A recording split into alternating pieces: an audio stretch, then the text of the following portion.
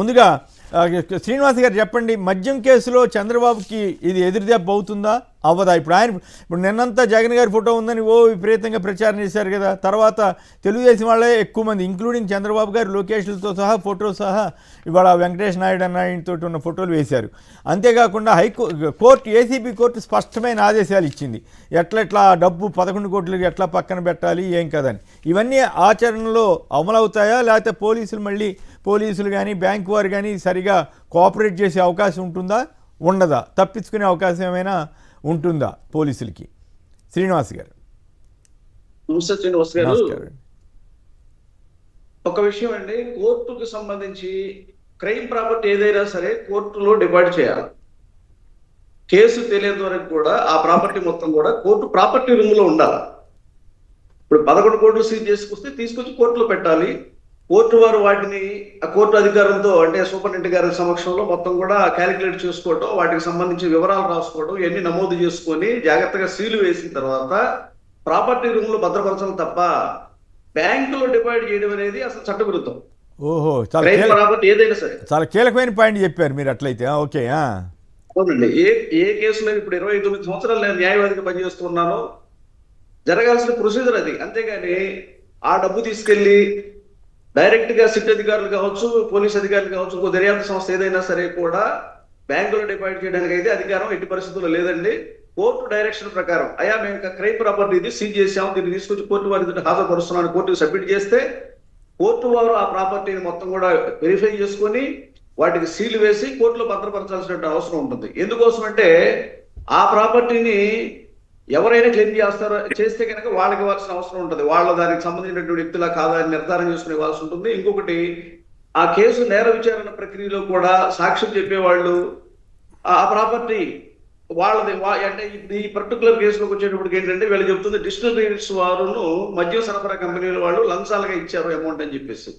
మరి అటువంటి సాక్షులు ఏదైనా డిస్టిలరీ కంపెనీస్ వారిని కానీ సరఫరా కంపెనీల వారిని కానీ సాక్షులకు పెట్టేసే పక్షంలో ఈ డబ్బు మేము ఇచ్చిందేను అని వాళ్ళు చెప్పాలి కోర్టుకి. అదొకటి. రెండవది, సాక్షులుగా ఎవరినైతే అంటే ఇప్పుడు ఈ సీజ్ చేసేటప్పుడు సెర్చ్ చేసేటప్పుడు అలాగే ప్రాపర్టీ సీజ్ చేసేటప్పుడు మీడియేటర్ నామా రాయాల్సినటువంటి అవసరం సిట్ అధికారులకు ఉంటుంది. ఈ సిట్ అధికారులు ఆ మీడియేటర్ నామా ప్రకారంగా అందులో ఎవరినైతే మీడియేటర్స్ గా పెట్టారో వాళ్ళ చేత కోర్టులో సాక్ష్యం చెప్పించేటప్పుడు కూడా వారి సమక్షంలో ఏ ప్రాపర్టీ సీజ్ చేయబడిందో వాళ్ళు ఐడెంటిఫై చేయాలి. వాళ్ళు ఐడెంటిఫై చేసి అవునండి ఈ ప్రాపర్టీ మా సమక్షంలోనే సీజ్ చేశారని కోర్టులో సాక్ష్యం చెప్పాల్సి ఉంటుంది. అంటే ఏదైతే సీజ్ చేశారో అది ఉంటేనే సాక్ష్యం చెప్పగలరు. కానీ ఈ డబ్బు తీసుకెళ్లి కోర్టులో డిపాజిట్ చేస్తే వాటిని ఏ బ్యాగ్స్ లో కట్టినట్టు, ఏ బ్యాగ్స్ లో ఉండగా వాళ్ళు చూసినట్టు, ఏ నోట్లు చూసినట్టు, ఏ కట్టలు చూసినట్టు వాళ్ళు ఎలా చెప్పగలుగుతారు కోర్టులో సాక్ష్యం? కాబట్టి అది నేర విచారణ ప్రక్రియకి పూర్తిగా విరుద్ధమైనటువంటిది. కాబట్టి కోర్టు వారు కూడా ఆ అమౌంట్ మొత్తాన్ని క్రైమ్ ప్రాపర్టీకి కోర్టులోనే ఉంచుతారు తప్ప, ప్రాపర్టీ రూమ్ ఉంచుతారు తప్ప దాన్ని బ్యాంకులో డిపాజిట్ చేసేటువంటి అవకాశం ఎట్టి పరిస్థితుల్లో ఉండదండి, చేయకూడదు కూడా. మరి బ్యాంకులో ఆల్రెడీ డిపాజిట్ చేసామని చెప్పారు, కోర్టు వారేమో అది ఎక్కడ ఉందో చెప్పమన్నారు. మన లాయర్ కూడా, రాజకేశ్ రెడ్డి లాయర్ కూడా వాట్సాప్లో రిసీట్ పంపించమని చెప్పారు, కానీ ఆ రోజు పంపించలేదు. కానీ మరి నిన్న ఎప్పుడో ఇచ్చారని అంటున్నారు. మరి ఇప్పుడు బ్యాంకులో డిపాజిట్ చేసినట్టు చెప్తున్నారు కదా, కోర్టు వారు విడిగా ఉంచండి అని చెప్పారు. మరి ఇప్పుడు ఏమవుతుంది? అసలు కోర్టులో కనుక వాళ్ళు కోర్టు అంటే బ్యాంకులో కనుక డిపాజిట్ చేస్తుంటే అసలు కేసే లేనట్టే లెక్క వాస్తవంగా. కోర్టులో డిపాజిట్ చేయడానికి అసలు ఏ విధంగా చేస్తారు?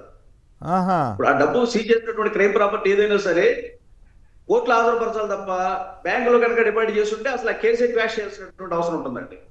కేసే రద్దు అవుతుంది. క్రైమ్ ప్రాపర్టీ లేనప్పుడు కేసు కూడా ఉండే అవకాశం లేదు ఇంకా. అచ్చా, మొత్తం కేసు అంటే ఇప్పుడు మరి వీడియో తీయండి, ప్రతి నోటు లెక్కేయండి, ఎప్పుడు ముద్రించింది తెలుసుకోండి అని రాజకేశ్ రెడ్డి లాయర్లు చెప్పారు కదా. ఇప్పుడు మరి ఆల్రెడీ బ్యాంకులో పెట్టారు, బ్యాంకులో పెట్టిన సొమ్ము ఇక్కడ హైదరాబాద్లో దొరికిన సొమ్ము ఒకటేనని ఎట్లా కోర్టు వారు ఏమన్నా నిర్ధారణకు వచ్చే అవకాశం ఉంటుందా, రాదా? అసలు అక్కడ పెట్టారు కాబట్టి మాకు సంబంధం లేదని ఏమన్నా కోర్టు చెప్పొచ్చా? ఇప్పుడు మరి ఎస్బీఐకి ఆదేశాలు ఇచ్చారు, వాటిని విడిగా పెట్టండి అని. ఇప్పుడు ఏమవుతుంది మరి? అది వేరుగా పెట్టడం అనేటువంటిది కూడా కాదండి. అసలు బ్యాంకుకి తీసుకెళ్లడమే నాకు తెలిసిన న్యాయ సూత్రాల ప్రకారం చట్ట విరుద్ధం. అది ప్రాసిక్యూషన్ చేయాల్సిన పని అది కాదు. అమౌంట్ కోర్టులోనే ఉండాలి. సీజ్ చేసినటువంటి ప్రాపర్టీయే కోర్టుకి తీసుకొచ్చామని కోర్టుకి చెప్పి సిట్ అధికారులు చెప్పాలి. అదే ప్రాపర్టీ కోర్టులో పెట్టినట్టుగా సీజ్ చేసినప్పుడు ఎవరైతే మీడియేటర్స్ ఉంటారో వాళ్ళ కోర్టులో ఎవిడెన్స్ చెప్పాల్సి ఉంటుంది. మరి ఇప్పుడు అవేం జరగకపోయినా మరి అవి ఇప్పుడు ఏమీ జరిగినట్టు కనిపించట్లేదు కదా. బ్యాంక్ లో డిపాజిట్ చేయడం అనేటువంటి ఇంతవరకు లేదు. అవును. అలాగే నోట్లు ఏ నోట్లు ఏంటి వాటిని వీడియో తీయమండం ఇదంతా కూడా ప్రక్రియ జరగాల్సింది కోర్టు పరిధిలోనే జరగాలి. ఓకే. అంటే సిట్ అధికారులు కోర్టుకి అప్పగించేటప్పుడు ఆ ప్రాపర్టీని కోర్టు అధికారులు ఆ ప్రాపర్టీని వెరిఫై చేసుకునేటప్పుడు వాటిని వీడియో తీయాల్సినటువంటి అవసరం ఉంటుంది. వాటిని కోర్టు వారు కూడా ఏ కట్టలు వస్తున్నాయి, వాళ్ళకి ఏ బ్యాంకు నుంచి వచ్చినటువంటి అమౌంట్ అది, వాటిపైన ఏ ముద్రలు ఉన్నాయి, అలాగే ఏ పెట్టెల్లో తీసుకొచ్చారు, ఇవన్నీ కూడా రికార్డు చేసుకోవాల్సిన అవసరం కోర్టు వారికి ఉంటుంది. అంతేగాని బ్యాంకులో ఎట్టి పరిస్థితుల్లో కూడా డైరెక్ట్ గా డిపాజిట్ చేయడానికి లేదు. మరి కోర్టు వారు కాదండి, ఇప్పుడు ప్రాపర్టీ రూమ్ లో కరెక్టే శ్రీనివాస్ గారు మీరు చెప్పింది టెక్నికల్ గా బాగుంది. శ్రీనివాస్ గారు ఏదైనా పర్టికులర్ గా ఒక బ్యాంకులో డిపాజిట్ చేయడానికి బాగా ఉంటుంది తప్ప. ఓకే, మీరు చెప్పింది టెక్నికల్ గా బాగుంది, కానీ మీరు టెక్నికల్ గా చెప్పింది బాగుంది, కానీ కోర్టు వారు ఆల్రెడీ మరి ఎస్బీఐకి ఆదేశాలు ఇచ్చారు కదా, అవి చెల్లుతాయా లేదా?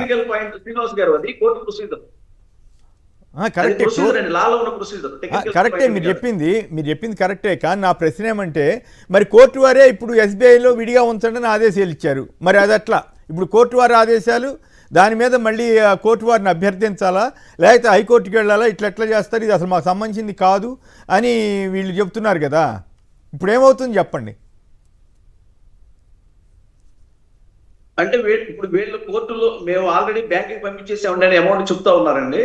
అందువల్ల కోర్టు ఏంటంటే బ్యాంకులో డిపాజిట్ చేసిన పక్షంలో వాటిని వీడియో తీయమని మన వాళ్ళు వేసిన పిటిషన్ పైన ఆర్డర్ జారీ చేయడం జరిగింది. వాస్తవంగా జరగాల్సింది ఆ ప్రాపర్టీ మొత్తం కూడా కోర్టు సమక్షంలోనే కోర్టు వారు వెరిఫై చేసుకోవాలి ఫస్ట్. చేసిన తర్వాత ప్రాపర్టీ రూమ్ లోనే ఉంచాలి ఆ క్రైమ్ ప్రాపర్టీని. ఓకే, అంతేగాని అది బ్యాంకులో డిపాజిట్ చేయడం అనేది ప్రొసీజర్ కాదండి. ఓకే, చాలా ఇంట్రెస్టింగ్ డెవలప్మెంట్ ఇదైతే. మరి పిటిషన్ చేసుకోవాల్సిన అవసరం. మళ్ళీ ఇప్పుడు దానికి అనుగుణంగా వీళ్ళు కసిరెడ్డి గారి లాయర్లు పిటిషన్ వేయాలి, అసలు ఇది చల్లదు ఇదంతా అని, అంతే కదా? అవునండి, ఆ ప్రొసీజర్ అది కాదండి, ఈ ప్రకారం జరగాలని కోర్టులో పిటిషన్ వేసుకోవాల్సిన అవసరం ఉంది. ఇప్పటివరకు మన న్యాయవాదులు వేసిన పిటిషన్స్ కూడా చాలా కరెక్ట్ గా ఉన్నాయి, వాళ్ళని అభినందించాలి. ఎందుకంటే వాటిని అమౌంట్స్ వాటి మీద ఉన్నటువంటి నంబర్స్ నోట్ చేయమంటాం కానీ, ఏ బ్యాంక్ నుంచి కానీ, వీడియోగ్రాఫ్ చేయమంటాం కానీ ఇవన్నీ కూడా సక్సెస్ఫుల్ గా అడిగారు. అలాగే ఆ అమౌంట్ కోర్టులోనే ఉండాలనేది కూడా మనం కోరాల్సినటువంటి అవసరం ఉంది.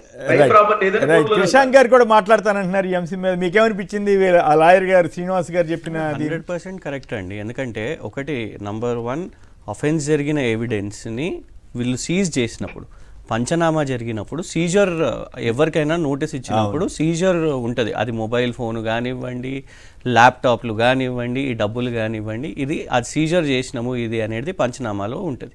మీరు తీసుకుపోయి దాని బ్యాంకులో, ఒక ఉదాహరణ చెప్తాను.